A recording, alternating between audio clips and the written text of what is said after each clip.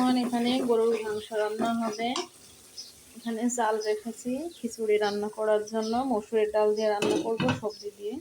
আসসালামু আলাইকুম, আপনারা সবাই কেমন আছেন? আমি আসলে ভালো নেই, কারণ হচ্ছে আমার পা পড়ে গিয়েছে, পুরোটা দেখাতে পারবো না, দেখালে সমস্যা হবে। তো এই আর কি। তো দুপুরে রান্না আমাদের এক আন্টি করে দিতেছে। তো আজকে দুপুর এখন আমি নিজে রান্না করব। এখানে গরুর মাংস ধুয়ে কেটে নিয়েছি, আর এখানে মাংসের মধ্যে আলু দিব, নতুন আলুটাও ধুয়ে রেখেছি। এদিকে খিচুড়ির জন্য মরিচ পেঁয়াজ রসুন সব কেটে নিয়েছি, আর খিচুড়িটা রান্না করবো আজকে সবজি দিয়ে। সবজিটাকে আমি হালকা করে লবণ হলুদ দিয়ে ভেজে নিয়েছি।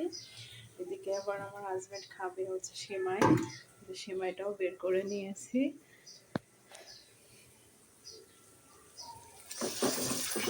আমি গরুর মাংস রান্না করার জন্য মশলাটা কষিয়ে নিতেছি। আসলে অনেকদিন পরে নিজের হাতে রান্না করতেছি। এক সপ্তাহ ধরে আমি একটু অসুস্থ, পার উপরে গরম পানির পাতিল পড়েছিল, তো পা পড়ে গিয়েছে। সবাই আমার জন্য দোয়া করবেন। তো এখন আমি গরুর মাংসটা কষাতে দিয়ে চাউলটা ধুয়ে নিব, এতে মাখিয়ে সবজি খিচুড়িটা আমি বসিয়ে দিব। তো শীতকালে কে কে সবজি খিচুড়ি খেতে পছন্দ করেন কমেন্ট করে জানাবেন।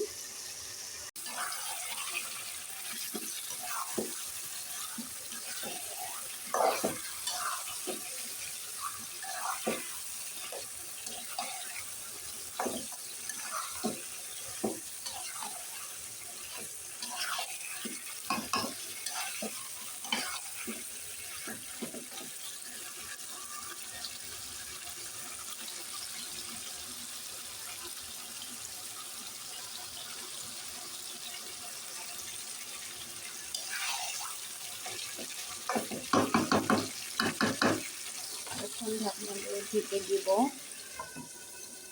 এই ঢাকনাটাই দিলাম, আর চালটা মাখাইনি। তো এই যে খিচুড়িটা আমি হাতে মাখিয়ে দিয়ে দিলাম, চুলাটাও ধরিয়ে দিয়েছি। এখন আমি এটা ঢাকনা দিয়ে ঢেকে দিব।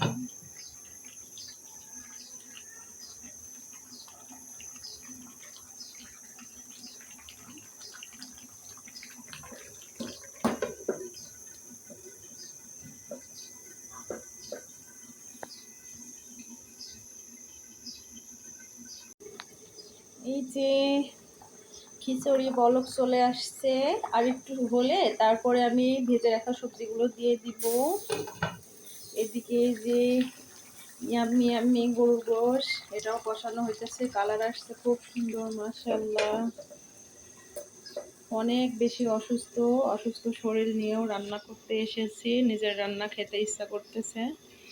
এত বেশি অসুস্থ বলার বাহিরে আর কি, পা পুড়ে গিয়েছে আমার দুইটায়, গরম পানি পড়ে। সবাই আমার জন্য দোয়া করবেন, আমি যেন তাড়াতাড়ি সুস্থ হয়ে উঠতে পারি। তো গরুর মাংসের কালারটা কেমন হলো। এদিকে যে খিচুড়িটাও বলক চলে আসলো। এখানে সবজিগুলো ভেজে রেখেছি, তেমন বেশি একটা সবজি নেই, ফুলকপি, মিষ্টি কুমড়া, আলু আর টমেটো হালকা তেলে ভেজে নিয়েছি যাতে একটা গন্ধ থাকে। আর গরুর গোশের মধ্যে রসুন দিব।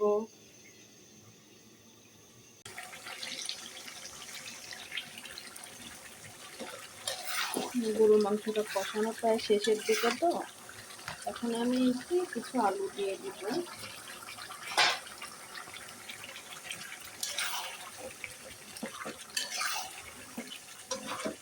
হালকা নাড়াচাড়া করে এখন আমি ঢাকনা দিয়ে ঢেকে রাখবো। এদিকে তারপরে দেখবো খিচুড়িটার কি অবস্থা।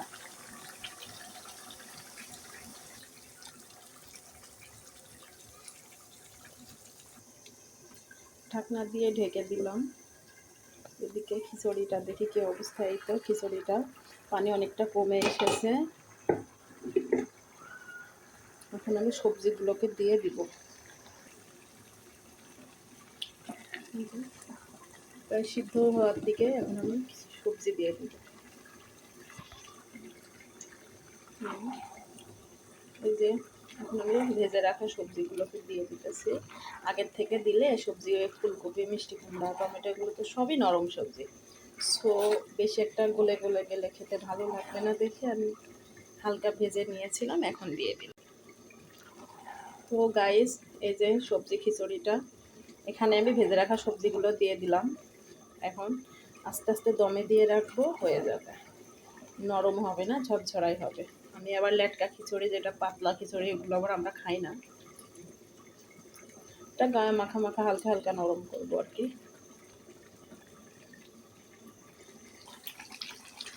গোশটা কষানো হইতেছে, খিচুড়িটাতেও সবজি দিয়ে দিলাম।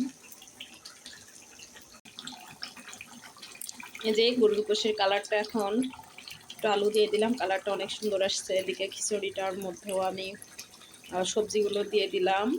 সবজি খিচুড়ি হবে আর গরুর গোশ।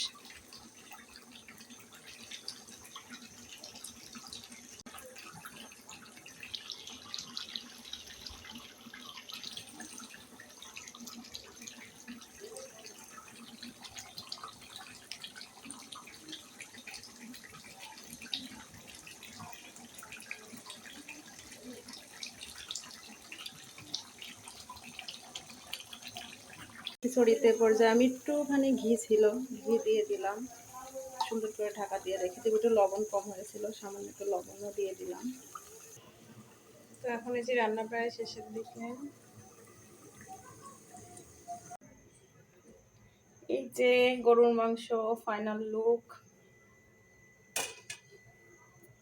এদিকে আমি এই যে সেমাইটা রান্না করব, অল্প একটু সেমাই রান্না করব, পুরোটা না। এই যে দুধটা জাল করে নিতেছি। এদিকে খিচুড়িটা ডান, চুলাটা বন্ধ করে দিব। তো এই যে এখন রান্না বান্না একেবারে ডান। এখানে এই যে সেমাই রান্নাটা শেষ, সেমাইটা হয়ে গিয়েছে।